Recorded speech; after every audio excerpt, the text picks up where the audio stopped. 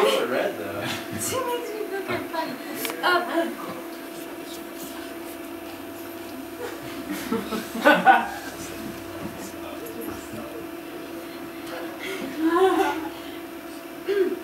What is your favorite feeling when you wake up in the morning?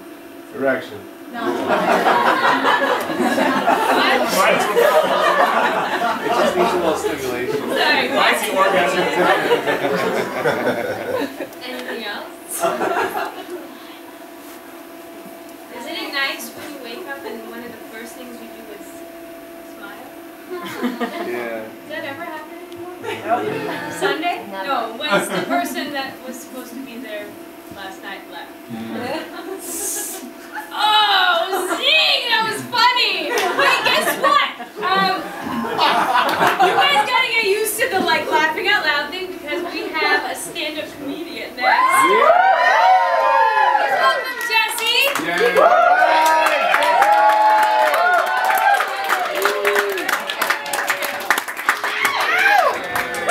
Yes, my name is Jessie, just Jessie, like Cher. I'm fucking awesome. No, I'm joking. That's the first. I'm probably never in my life going to be brought up on stage by a red rhinoceros. Keep it going for Helen, guys. I went to my 10-year high school reunion recently, guys. Ew, that's the right. Do I look 28 though? No. You're supposed to be like, you look amazing. I'll pretend you guys said that. 14. I went to my 10-year reunion, and when we graduated high school, they had us fill out these little cards saying what we saw ourselves doing 10 years from now. And then at the reunion, they posted them all over the walls for everyone to read. Yeah, and you know, I think it's a good idea to have teenagers fill these out when they're graduating. It gives you some goals, some aspirations in life. But reading them when you're 28 is just a sad reminder that you failed. You know, because nobody put anything realistic on them. They put like rock star, CIA agent, black belt in mixed martial arts, president of the United States. Nobody put divorced mortgage broker. Nobody put unemployed Red Sox fan and type 2 diabetic. They didn't do it. You want to know what I put? I put famous Hollywood movie star who's married to a hot actor. I love how I couldn't have just left it at famous Hollywood movie star. I was like, I want to be married to a hot actor too. I deserve it. One of my friends was like, well, you're a comedian, it's kind of the same thing. I'm like, yeah, but I live in the ghetto of Brooklyn above a 7-Eleven, and I just got a cat for companionship. Not so much. I was just in LA recently. I'm always like, whenever I'm in LA, I'm always taken aback by how polished people dress. You notice that? Very polished. Like, I was at a party, and this guy comes in, he's like wearing a Victorian cloak and tights, and this girl with like a gold robe, and a guy with a top hat and cane. And my friend's like, fucking hipsters. I was like, those are your hipsters? Those are your hipsters. Because in Brooklyn, our hipsters look like they just kind of reached into a garbage bag and one was ever, you know, like a flannel shirt, striped scarf, bed bugs hat, pizza for shoes. They're great. It's a perfectly good slice of cheese pizza. Why did you want to know?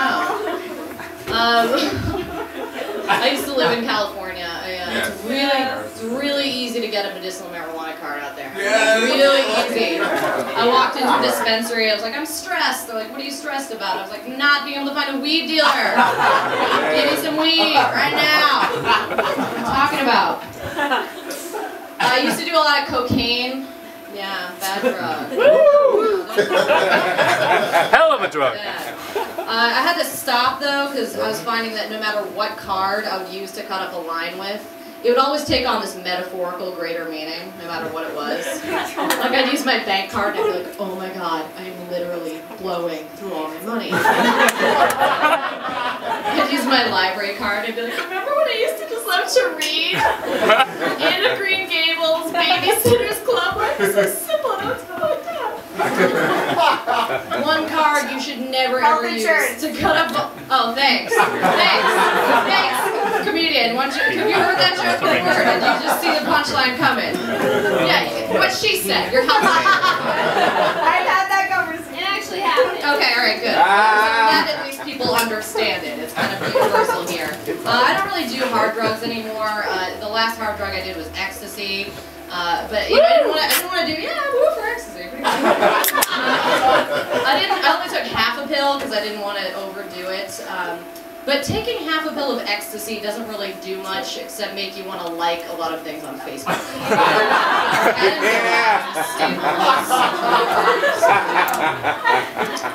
I don't do a lot of drugs anymore though, because I was finding that my liver was just getting really good at multitasking. It's like, hello, cocaine, can you hold please? She's online with that. Jesse, I have alcohol online too. Can you take it? Great. Jesse's patching through mushrooms, ecstasy, and marijuana for a conference call. Line 3. Don't do it anymore. Alcohol is my only like big vice now, but I'm quitting for a month. Give my liver a little break. But there's nothing to do in New York besides drink. There is nothing. There are things to do, but like the friends I hang out with like made that involve drinking too. I'm like, let's go to the park. Like, Rhino, bring my flask. I'm like, no, it's 10 in the morning. I looked up a website, like I looked up online things to do in New York that don't involve drinking, and the first one on the list, I shit you not, was learn a new card game. Tell a friend you love them. Donate to charity. I was like, I would have to be drunk to do those things. Those aren't alternatives, okay? Like, you want to give me a good alternative to alcohol? Be like, smoke a shit ton of weed. Seriously. Have as much sex as humanly possible. Wow. Take some mushrooms. Go to the MoMA. Like, those are fun alternatives to drinking, don't you think? What else, guys? This has been a hard month for me because one of my best guy friends told me he couldn't hang out with me anymore because his girlfriend forbid him to. Does that ever happen to anyone here? That sucks, I know. And he didn't even stand up to her, and he's explaining to me that he can't see me anymore. She's Japanese, his girlfriend, born and raised in Japan. And so the whole time he's telling me that he can't hang out with me anymore. He's like attributing her behavior to just a cultural difference. He's like, what? She's Japanese. She's really emotional and jealous. She's Japanese. I was like, dude, that's not Japanese. That's her own crazy shit. He's like, no. She'll do things like if I talk too loud in a restaurant, she'll get really mad. She won't speak to me for a few days. She's Japanese. She's Japanese. Of course she cuts herself. She's Japanese. Of course she locks herself in a closet if I don't come home from work on time. She's Japanese. It's a traditional Japanese women's thing they do, you know. I'm single. I have a married friend who's always trying to give me relationship advice. She's like, don't worry, you'll find someone. I did. I'm like, yeah, but you settled. Look at your fat slob of a husband who wears Axe body spray and burps the alphabet. If that's not throwing in the towel, I don't know what else is. My last boyfriend was Indian. He was a computer programmer, obviously. It was cool. He made games for the iPad. And we went out for drinks once with some of my college friends, and one of my college friends is Indian, and he's a doctor, obviously, again. And I can tell my boyfriend's a little threatened by this guy because he immediately breaks out his iPad and starts showing everyone the latest game he made. And I was like, oh my god, I can't believe you made that.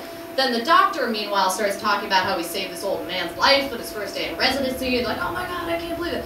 They're like going back and forth, trying to like one-up each other. I was like, oh my god, they're having an Indian off over me. There's a mad dash to see who could disappoint their family the fastest. Because I realized things like Indian men in the US all have really amazing jobs. They're all really successful. Like, you never hear of an Indian guy just like taking a few years off after college to wait tables and finish up his graphic novel. It just doesn't happen. They get right down to business. I went to get an STD test the other day. Not because I'm a whore, because safe sex, guys. Safe sex. Get tested regularly. Tell your friends. I have no health insurance at the moment, though, so I had to go to this free public clinic in Chelsea. And it was gritty. I was not that kind of part of Chelsea. It's like when you go to like 12th Ave and like Duxer, there's like a hospital there or something. I was hanging out in the waiting room waiting for my turn, and there was this guy walking around going, "Pussy don't pay the bills! Pussy don't pay the bills! Pussy don't pay the bills!" And I was like, who Who fucked you? I'm really curious about that. STDs all have these funny sounding names. It's like chlamydia, syphilis, herpes, gonorrhea. You know, it sounds like a bunch of Greek gods or something. You could tell like a children's story using like a little intro to STDs. We're like, and once fair chlamydia departed from labia and landed on the Isles of Testicles. All hell erupted and a war broke loose. I love how like they have these epic Greek god sounding names, and then there's just crabs. Like the one STD that if you had it, you wish it would have a more inconspicuous sounding name. I have to imagine like the doctor that decided to name it crabs, like his wife cheated on him with another guy and she got crabs, and then, you know, there was another doctor advising him being like, why don't we call it crustaceanitis or something? He's like, no, crabs, we're gonna call it crabs, because he wanted to embarrass her. He's like, really? But that's so humiliating. He's like, no, we're gonna fucking call it crabs. She needs to be known. That joke ends with me screaming crabs 5 more times in the microphone, so I'm going to spare you that. What were we talking about, guys? STDs. Oh yeah, I overheard a group of women talking about sex the other day. And I love hearing women talk about sex with their friends, because like, those conversations vary dramatically depending on how old you are. Like, when you're like 18, 19, you first start having sex, like you'll give your friends every detail of what happened, like a play-by-play of what went down. And like Jeff came over, we started making out, and then he went down on me, and then I went down on him. And his penis is kind of shaped like if you take this microphone, it's like maybe like 3/4 the way up, but like kind of girthier, but like a little off to the sides, like that, yeah. And then he was on top, and I was on bottom, and then I was on top, and he was on bottom. And then we cuddled, and then I had a cup of green tea, and we watched an episode of Friends, and then he went home, and then I went to sleep, and then I went to school the next day, the end. By the time women get to their late 20s and early 30s, like those conversations get much more vague. You know, your friend will be like, so, did you do? We did! How was